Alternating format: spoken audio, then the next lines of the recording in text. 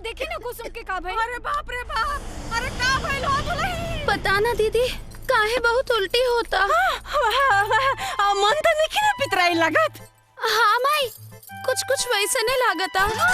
कुसुम खटाई खाए का मन तो नहीं ना करा? हाँ दीदी, खटाई खाए के तो बहुते मन करता। अरे केने बने जी? अरे सुरत नहीं, अरे वो दादा बने वाली बारी जी। मेरा मतलब के दादी बनने वाला बारू। ए जी सुनी, रवाना बड़का बाबू जी। अरे ऐसा कैसे?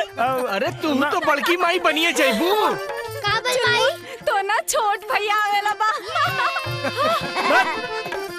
बधाई हो कुसुम, बधाई हो।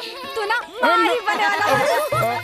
अरे दौड़े के ना कुसुम। भेल बेटी? अरे संभल के। समझावे के भगवान। बधाई हो देवर जी, रवा बाप बने वाला बानी। बधाई हो छोटकी मालकिन। अरे वो छोटकी माई बनल बानी। भाग यहाँ से, झूठ बोला तुम सो। अरे सुना, हम बताओ तो। अरे सुना, हमार बात सुना। अरे हमार बात सुना।